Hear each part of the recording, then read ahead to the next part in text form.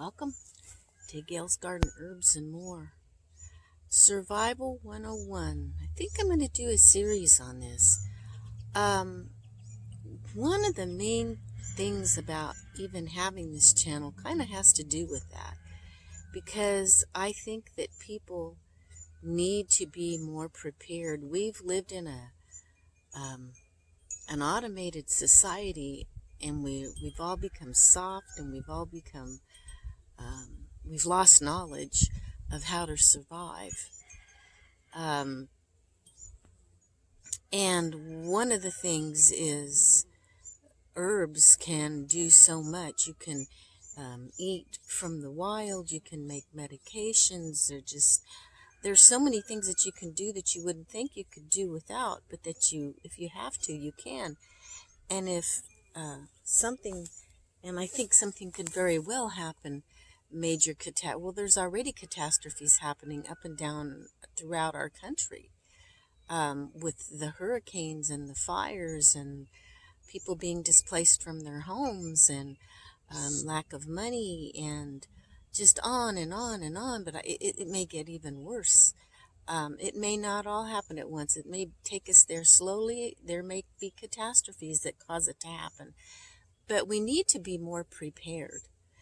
So I want to do a series on that.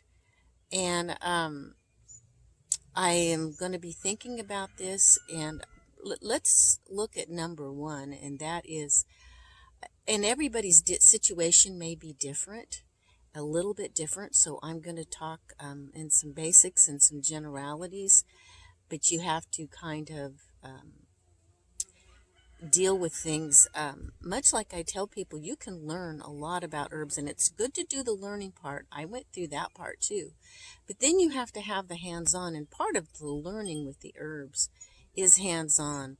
Where I learned the most wasn't all the classes that I took. That helped, because that gives you the material to go with in your mind, about it. But it's so different when something actually happens and you have to apply it and use those herbs. And that's what we need to be doing, is using those herbs. Now, all of this in this Survival 101 series that I want to do isn't all going to be herbs, but I have an idea that herbs will be spread throughout it pretty well, because that's who I am and what I'm interested in. I like to garden, but I'm not real expert in gardening, except for that I'm an old lady. And I've been around a while. I've learned a few things, and I grew up with gardens and stuff, but that's not my expertise. And I'm not really an expert. I suppose I'm not a certified herbalist or anything, but I've been doing a lot of studying and using the herbs.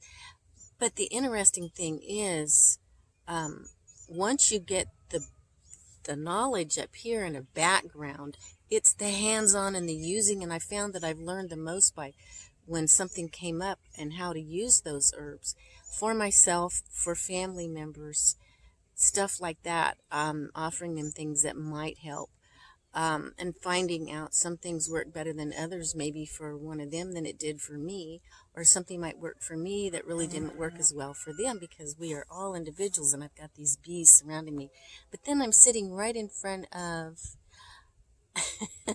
a plant full of bees. So it's my lavender, and it smells nice and it's pleasant. But I wanted to talk about survival, so I thought I'd sit down here where it looks a little bit wild out here. I say in my garden because I have a whole section of the yard fenced off, where for the last several years I've been building this garden. And there's some areas it's very weedy and wild, and other little areas where I have weeds pulled back and plants growing. So yeah, I've got a lot in this one area, but I just call it all my garden, because this is my area basically. Anyway, and I'm also sitting in the sun, and it is up in the hundreds. So there was a little shade when I first came out here, but it's moving, and I'm really getting hot. But yeah, see, how long have I been talking to you? About 4 minutes. Okay, so now that we've done a little bit of an intro, what I want to talk to you about is to think about what you can live with and live without.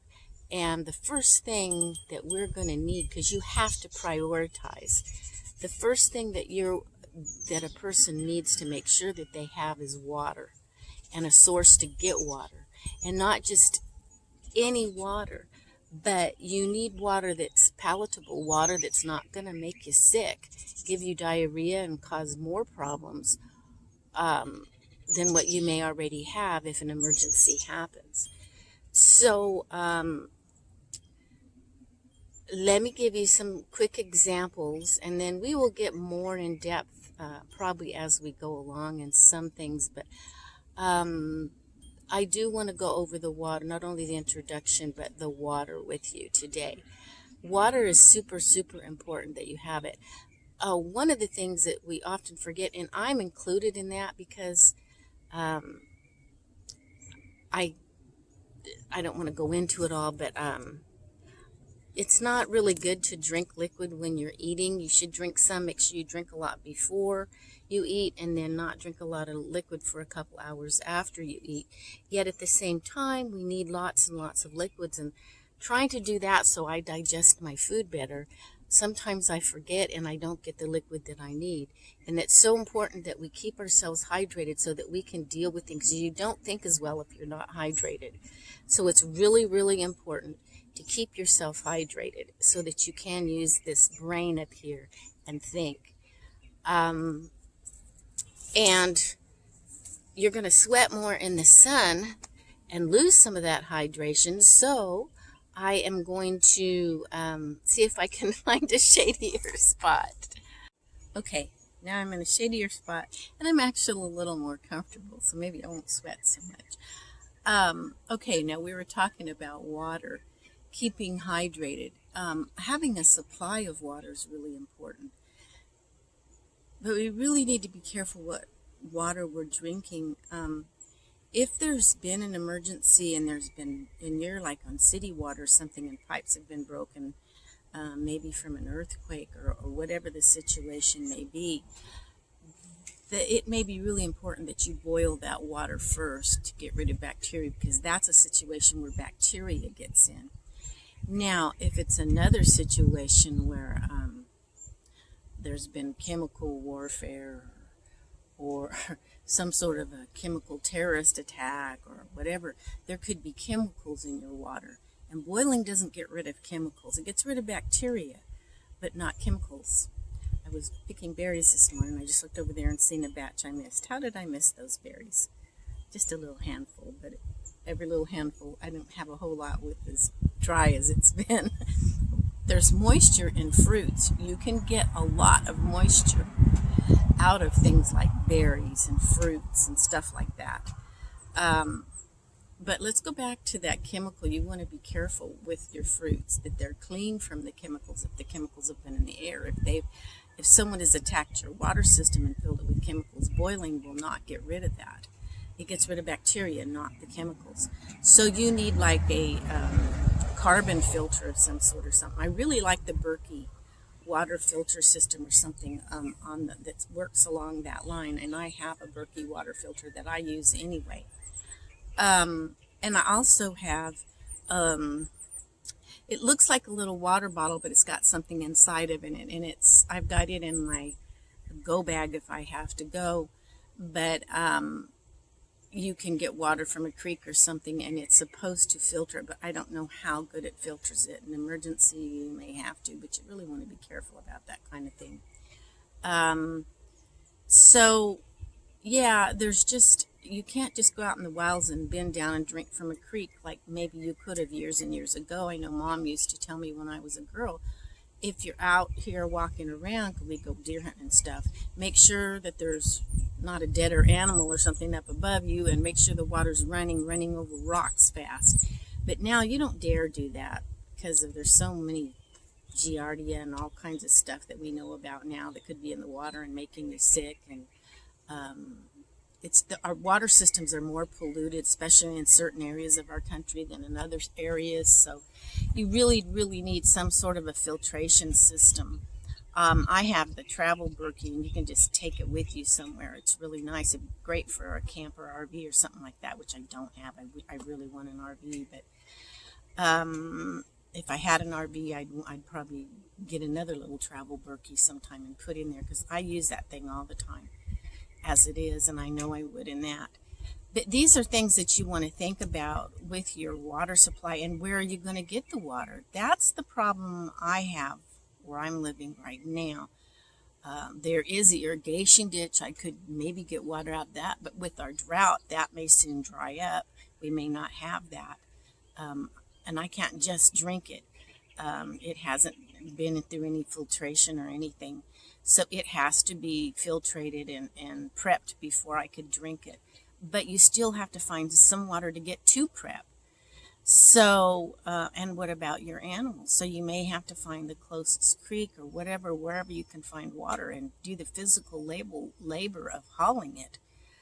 I've been thinking a lot about that myself because our water's getting so low. Now, I've taken drives up in the mountains and some of the higher up reservoirs and stuff still have some water in them, and some of the little lakes. But our lake, it's almost to the point of what they call dead pool. And but the interesting thing is, if you look at the river where they let the water out, our rivers are overflowing practically. I mean, not the banks where it floods anything, but they've been letting so much water out, even with our lakes so low. You'll have to ask them why they're doing that. I've heard a couple reasons. One, that there's a fish that needs 1 degree cooler in the river, so they have to let all our water out. So apparently that fish is more important than the people. Another reason that was told from someone that worked there, they told him they had to do some repairs at the bottom of the dam on a gate or something that they forgot was there or something. I don't know exactly. I can't say for sure, but that's kind of silly because I've been on the other side and the water hasn't been anywhere near the dam. It's totally dry, and they're still letting all the water out into the rivers. So that, I don't know why that was told. But you'll have to ask those in authority as to why they're letting all of our water out when we don't have any, and hardly. We would have had a whole lot more if they hadn't. I do know that they have to let a lot of water out that they send down to Southern California, but they should have slowed down a bit other than just, because they don't usually let that much out this time of year. I wish there was some way I could, anyway, I'm going to let that go. Water is just really important to a community, to your family, and to you. So think of ways, have it in your mind, how can I make sure that I have good, clean water if an emergency happens? Maybe always have stored bottled water and go through that. In other words, like you might have, let's say you have, five-gallon things of water. That's not going to last very long. But let's use that as an example. So if you get it from a company that delivers that water, when they deliver the next batch, have them so often use that water and go through it. Have some set aside, but be working through it and then replenishing it, or buying cases of water. You need to go through it occasionally. Don't let it just sit, but always keep so much in the back. Keep it stored up behind. There's a lot of different things you can think on how you want to do to get your water. You have to, that would be some, but you got to think of other ways to do for your water. Now, if you're in a situation maybe where you're up high in the mountains and you have some snow or something, but your electricity's out, or your normal, and you can't get the water out of your well or whatever, you can always melt snow and filtrate that. I can remember when I lived in the mountains, we had like 4 feet hit us and our electric was cut off, and we were cut off. We couldn't get out, and we melted snow on our wood stove to flush our toilets. We had did we have a generator? I don't think we had the generator then. Boy, that was a long time ago. My kids were little. I don't remember what we did for water. We might have had our generator then, so we used that for the well to get the water. But we could melt snow for water if we needed to and boil it. It shouldn't have had too many chemicals other than what was in the sky. And back then, they didn't do all this chemtrailings type stuff. So, just you have to think about the situation that you're in. If you're out in the middle of the desert and your plane goes down, but you survive, I know that's kind of crazy, but just to give you some scenarios to work through, and you might have something similar.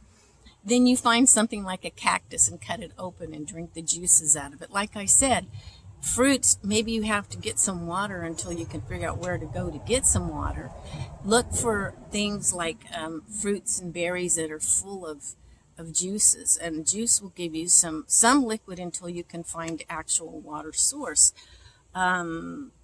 Cucumbers are full of water, and watermelons. I mean, it just depends what time of year and where you're at and your circumstances. But these are things that you can think about. Let me know what your ideas are. What do you do for water? What are some suggestions that I might have forgotten? Put it in the comment section. Yeah, I would like to read what you have. We can share with each other in the comment section. Give me a thumbs up. Share on your YouTube, your socials, on your Facebook, Twitter, whatever you have. I don't use Facebook and stuff much anymore. Mainly just the YouTube and my other channel of the same name, Gail's Garden Herbs and More on Rumble. So on YouTube or Rumble, either one. That's about the only ones that I really use. But yeah, and this is our beginning of our Survival 101. I wanted to do a little series on some of this stuff. And we'll be talking about some really interesting things. I'm going to start writing down some notes before I forget so I can figure out things to show and to work through with you. But anyway, I hope it doesn't come down to any horrible things. But we've been having a lot of stuff happening in our country and around the world. And a lot of our food supplies and our electricity and all of that, things are looking a little shaky. So first and foremost, let's look up to our Heavenly Father above and keep everything in prayer. Jesus said, in this life in this world you will have tribulations. So we need to use the brains that God gave us and do some thinking and some prepping and preparing and educating of ourselves. And you better do the educating pretty quick, because it's already here in a lot of places and a lot of things for a lot of people. Anyway, God bless you, and we'll catch you all later. Bye now.